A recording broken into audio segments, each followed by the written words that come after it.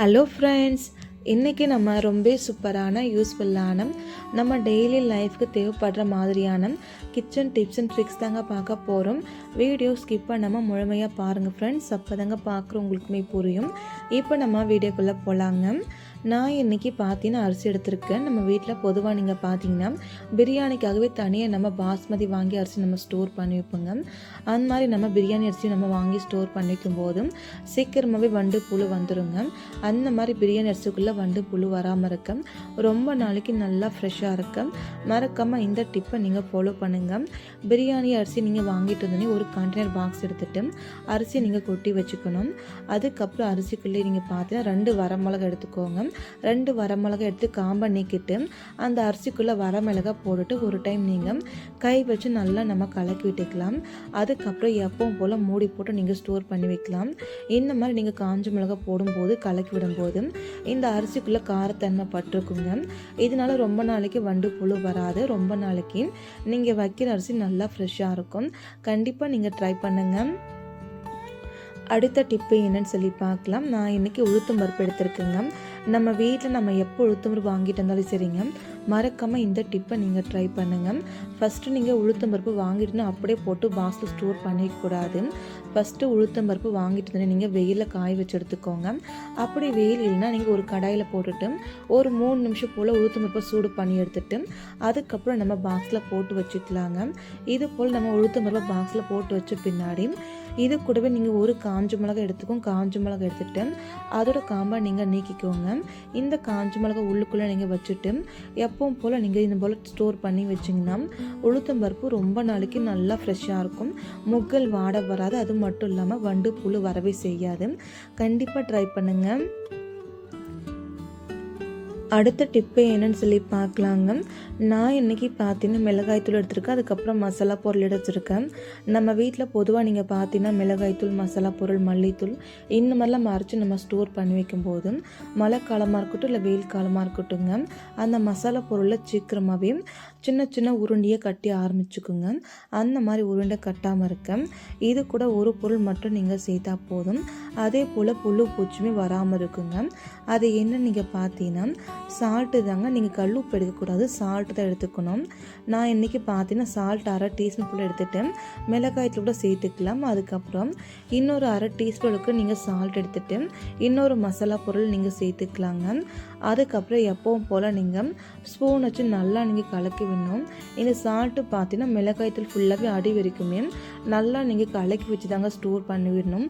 ஒன்றுக்கு பாதியமாக நீங்கள் கலக்கி விட்டு ஸ்டோர் பண்ணாதீங்க.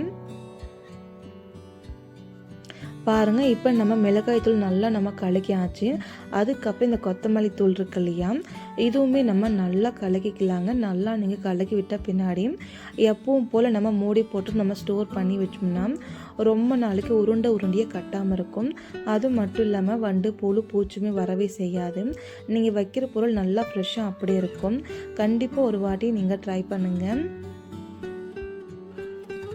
அடுத்த டிப்பு என்னன்னு சொல்லி பார்க்கலாங்க. நான் இன்றைக்கி பார்த்தீங்கன்னா முருங்கைக்காய் எடுத்திருக்கேன். நம்ம வீட்டில் முருங்கைக்காய் வாங்கிட்டு வந்தாலே ஒரு 2-3 நாள் மட்டும்தாங்க நல்லாயிருக்கும். நாளாக முருங்கைக்காய் நீங்கள் பார்த்தீங்கன்னா ஒரு மாதிரி காஞ்சு போயிடும். காஞ்சு போயிடுச்சு நம்ம தூக்கி போடுவோங்க. அந்த மாதிரி மாதம் ஃபுல்லாக காஞ்சு போகாமல் இருக்க நல்லா ஃப்ரெஷ்ஷாக இருக்க மறக்காமல் இந்த டிப்பை நீங்கள் ஃபாலோ பண்ணுங்கள். ஃபஸ்ட்டு நீங்கள் எத்தனை முருங்காய் வாங்கிட்டு எடுத்து வச்சுக்கோங்க. நான் வீடியோவில் காமிக்கிற பாருங்கள். இது போல் நீங்கள் முருங்காயை கொஞ்சம் பெரிய சைஸாக நம்ம கட் பண்ணி எடுத்துக்கலாங்க.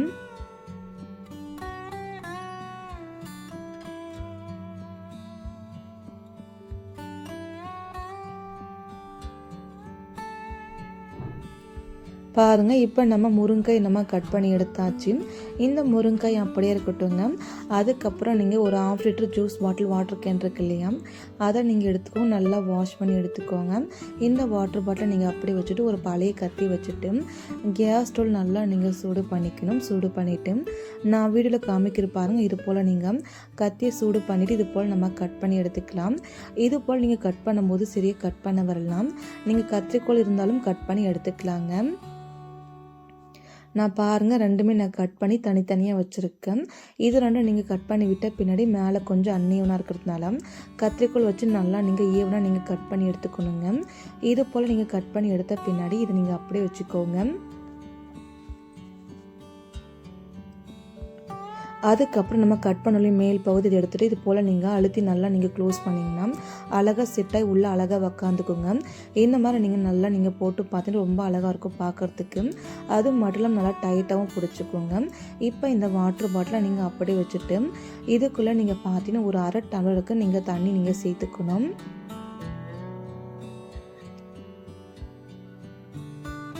பாருங்கள், நான் தண்ணி சேர்த்துக்கிட்டேன். இந்த வாட்டர் பாட்டில் கால்வாசி அளவுக்கு மட்டும் நான் தண்ணி சேர்த்துக்கிட்டேன். அதுக்கப்புறம் நம்ம கட் பண்ண முருங்காய், அந்த முருங்காயும் இந்த வாட்டர் பாட்டிலுக்குள் நீங்கள் போட்டு விட்டுக்கோங்க.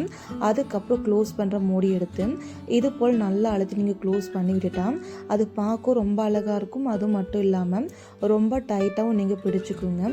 நீங்கள் எப்படி போட்டு வைக்கிறீங்களோ அப்படியே இருக்கும். அது மட்டும் இல்லாமல் இடமும் ரொம்ப கம்மியாக பிடிக்கும். இந்த மாதிரி நீங்கள் செஞ்சு வச்சுக்கிட்டா போதும். முருங்கைக்காயும் ஒரு மாதத்துக்கு மேலே நல்லா ஃப்ரெஷ்ஷாக இருக்கும். ஆனால் ஒன்று மட்டும்தாங்க, 2 நாளைக்கு ஒரு டைம் நீங்கள் தண்ணி மட்டும் மாற்றிக்கலாம். இந்த முருங்கைக்காய் நீங்கள் ஃப்ரிட்ஜுக்குள்ளே வச்சு ஸ்டோர் பண்ணலாம். அப்படிலாம் நீங்கள் வெளியிலையும் வச்சு நீங்கள் ஸ்டோர் பண்ணிக்கலாம். கண்டிப்பாக இந்த டிப் உங்களுக்கு ரொம்ப யூஸ்ஃபுல்லாக இருக்கும். மறக்காமல் ட்ரை பண்ணுங்கள். இப்போ நம்ம அடுத்த டிப்பு என்னன்னு சொல்லி பார்க்கலாங்க.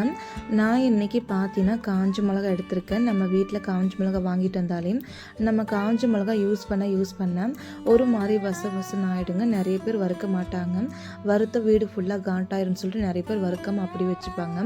அப்படிலாம் வெயிலில் கொண்டு போய் நம்ம காய போடணும். நம்ம வீட்டுக்கிட்ட இப்போல்லாம் பார்த்தீங்கன்னா மழை காலமாக்கிறதுனால வெயிலையும் காயப்பட முடியாது. அதுக்காக இந்த டிப்பை நீங்கள் ட்ரை பண்ணுங்கள். ரொம்ப ஈஸியாக வேலை முடிஞ்சிடுங்க. அதுக்காக ஒரு பெரிய பாத்திரம் இது போல் எடுத்து வச்சுக்கோங்க. அதுக்கப்புறம் நான் பார்த்தீங்கன்னா இன்றைக்கி 1/4 கிலோ அளவுக்கு காஞ்ச மிளகா எடுத்திருக்கேன். இந்த 1/4 கிலோ காஞ்ச மிளகாவை இதே பாத்திரம் உள்ளுக்குள்ளே போட்டு வச்சுட்டேன். இந்த காஞ்ச மிளகா எந்த அளவுக்கு வசன்னு இருக்குன்னுட்டு நீங்களே பார்த்துருப்பீங்க. இதுக்குள்ளே நீங்கள் பார்த்தீங்கன்னா ஒரு கொஞ்சம் போல் மட்டும் கல்லுப்பு எடுத்துகிட்டு இதை உள்ளுக்குள்ளே நீங்கள் போட்டு வச்சுக்கோங்க. இதை உள்ளுக்குள்ளே கல்லுப்பு நீங்கள் போட்டு வச்ச பின்னாடி ஒரு குக்கர் எடுத்துக்கலாங்க. குக்கர் எடுத்து விட்ட பின்னாடி இந்த காஞ்ச மிளகா இருக்கு இல்லையா, இந்த காஞ்ச மிளகா நீங்கள் சைடில் வச்சுட்டு உள்ளுக்குள்ளே ஒரு ஸ்டாண்டு மாதிரி நீங்கள் வச்சு விட்டுக்கலாம். இல்லைனா இது போல் கப் வச்சுட்டு நம்ம எடுத்து வச்ச காஞ்ச மிளகா இது உள்ளுக்குள்ளே நீங்கள் வச்சு விட்டுக்கலாங்க. அதுக்கப்புறம் குக்கர் மூடி எடுத்துக்கும். கேஸ் கட்டு போடக்கூடாது, விசிலும் போடக்கூடாது. இது போல் நீங்கள் குக்கர் மூடி நம்ம போட்டு விட்டுக்கலாங்க. அதுக்கப்புறம் நம்ம எப்பவும் போல் கேஸ் ஆன் பண்ணிக்கலாங்க. கேஸ் ஆன் பண்ணிவிட்டு இந்த குக்கரை நீங்கள் கேஸ் மேலே வச்சுக்கோங்க. ஃபஸ்ட்டு நீங்கள் 2 நிமிஷம் ஹை ஸ்பீடில் வச்சுக்கோங்க. 2 நிமிஷம் கழிச்சு மறுபடியும் நீங்கள் ஸ்லோ ஸ்பீடில் வச்சுக்கணும். மொத்தமாக 5 நிமிஷம் நீங்கள் குக்கரை கேஸ் மேலே வச்சா போதும். அதிக நேரம் வைக்கணும்னு அவசியம் கிடையாது. இப்போ 5 நிமிஷம் போல் ஆகிடுச்சு. கேஸ் ஸ்டவ் நம்ம ஆஃப் பண்ணிக்கலாங்க. அதுக்கப்புறம் நம்ம கீழே தூக்கி குக்கரை வச்சுக்கலாங்க. அதுக்கப்புறம் எப்பவும் போல் மூடி நம்ம ஓப்பன் பண்ணிக்கலாம். மூடி ஓப்பன் பண்ணி முடிச்ச பின்னாடி இந்த காஞ்ச மிளகா இருக்குல்லையே, இந்த காஞ்ச மிளகா நீங்கள் ஒரு துணி பிடிச்சி இந்த கப்பை கீழே நம்ம எடுத்து வச்சுக்கலாங்க. கொஞ்சம் கேர்ஃபுல்லாக எடுத்து வச்சுக்கோங்க. அப்படிலாம் சூடுபட வாய்ப்பு இருக்குது. அதுக்காக தாங்க. பாருங்கள், காஞ்ச மிளகா நம்ம எடுத்து வச்சாச்சு. குக்கரை நீங்கள் சைடில் வச்சுட்டு எப்பவும் போல் நார்மலாக தண்ணியில் ஊற்றி க்ளீன் பண்ணி நீங்கள் வச்சுக்கலாங்க குக்கரை. இப்போ நம்ம காஞ்ச மிளகா எடுத்தோம் இல்லையா, அந்த காஞ்ச மிளகா பாருங்கள் எந்த அளவுக்கு நல்லா சூப்பராக காஞ்சிருக்குன்னுட்டு. நம்ம ஒரு கடாயில் போட்டு காஞ்ச மிளகா நம்ம எப்படி வறுக்கிறோமோ அதே போல் அப்படி தாங்க இருக்கும். இந்த மெத்தட் நீங்கள் யூஸ் பண்ணும்போது கொஞ்சம் கூட காஞ்ச மிளகா வறுக்கிற காட்டு வரவே செய்யாது. எல்லா பக்கமும் காஞ்ச மிளகா நல்லா சூடேறும். நல்லா சூடாகி நல்லா காஞ்ச மிளகா ஃபுல்லாகவே நல்லா மொறுன்னு இருக்குங்க. இப்போ நீங்கள் பாருங்கள், ஃபஸ்ட்டு பார்க்கும்போது காஞ்ச மிளகா எல்லாமே ஒரு மாதிரி வசன்னு இருந்துச்சு. ஆனால் இப்போ பார்க்கும்போது காஞ்ச மிளகா நல்லாவே மொருவலாக இருக்குங்க. கண்டிப்பாக இதை போல் நீங்கள் காஞ்ச மிளகா வறுத்து வச்சுக்கிட்டிங்கன்னா எடுத்து யூஸ் பண்ணுறதுக்கு ரொம்பவே ஈஸியாக இருக்கும். டேஸ்ட்டும் ரொம்பவே சூப்பராக இருக்கும். கண்டிப்பாக ஒரு டைம் நீங்கள் ட்ரை பண்ணுங்கள். இந்த டிப்பு, இந்த வீடியோ உங்களுக்கு ஏதாச்சும் ஒன்று யூஸ்ஃபுல்லாக இருந்துச்சுன்னா மறக்காமல் நம்மளோட சேனலுக்கு சப்ஸ்கிரைப் பண்ணி லைக் பண்ணிவிட்டு கூடவே உங்கள் ஃப்ரெண்ட்ஸ் அண்ட் ஃபேமிலிக்கு ஷேர் பண்ணி விடுங்க. மறக்காமல் நீங்களும் ஒரு வாட்டி ட்ரை பண்ணி பாருங்கள். Thank you friends. Thanks for watching.